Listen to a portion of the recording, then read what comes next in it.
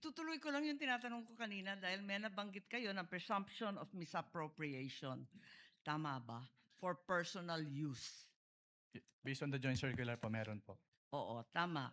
Pagkatapos nun, tinitingnan ko yung joint circular at maliwanag that the presumption for misappropriation arises against the accountable officer.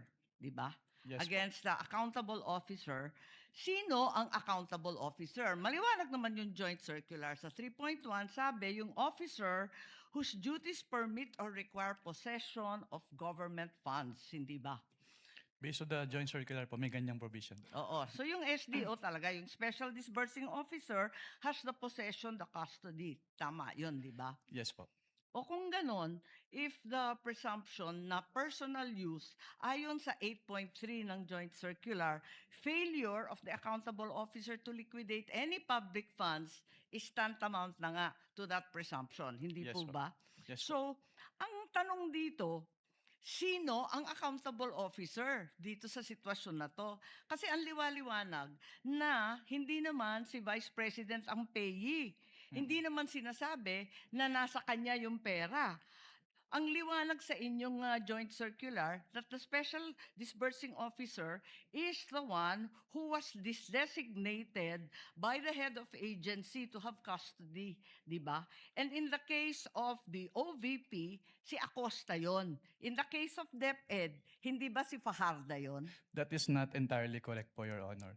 Because under the joint circular, it shall be the responsibility of the head of the agency first to approve yung cash advance. Pangalawa, to Oo nga. oversee yung agency-wide utilization. Pangatlo, to ensure compliance with the joint Unresponsive circular. po. And also po, inattest din po ni OBP yung Unresponsive po.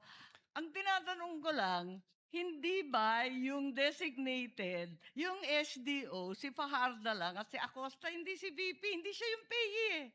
Ang liwaliwanag. pero ang sinabi niyo po kanina yung accountable officer. Kaya nga, so yung accountable officer, yung SDO, nasa JCD Hindi lang yan po eh. si SDO po yung accountable Hindi, officer, or. Your Honor. Ang sabi doon, head of agency or person designated. Oo, ang liwanag sa definition ng joint circular. Mag-yes or no ka lang, kanina ka pa inaaway mo ko lagi. Sorry po, Your Honor. But hindi po ako pwedeng mag-answer categorically since yun nga po yung provision But it's categorical. na yes or Why don't either you go yes back or to your either joint no po. circular? Yo po. Kapag Okay. sinabi po kasing Doon categorical, sa it's either yes definition, po ang or... liwaliwanag, SDO kapag na-designate ng head of office, di ba? But hindi po kasi doon na nalilimit lang yung term na accountable officer kasi may other provisions na applicable pa din po with respect to the term accountable officer. Asan? Kasi napakaliwanag doon sa definitions at pakaliwanag sa 8.3 ng joint circular. Yun nga po yung na-mention ko kanina. Interpretation na ninyo yun, hindi pinapalawak po. ninyo na andun eh. Head of office, Hindi head po of agency, or designated. Hindi po, Your Honor. Kasi yun nga po, nakalagay po doon sa... Sabi mo kanina yes, ngayon no naman. Wala po akong sinabing yes po, O Your sinabi Honor. mo kanina oo, SDO nga in charge. Sinabi ko lang po kung ano yung... Kinonfirm ko lang po kung ano yung SDO po, Your Honor. Attorney Wamel, kindly avoid arguing with My Senator apologies Judge po, Your Honor. Marcos. O sige Sorry. po. And kindly Apologies wind up, po. Senator Okay, Judge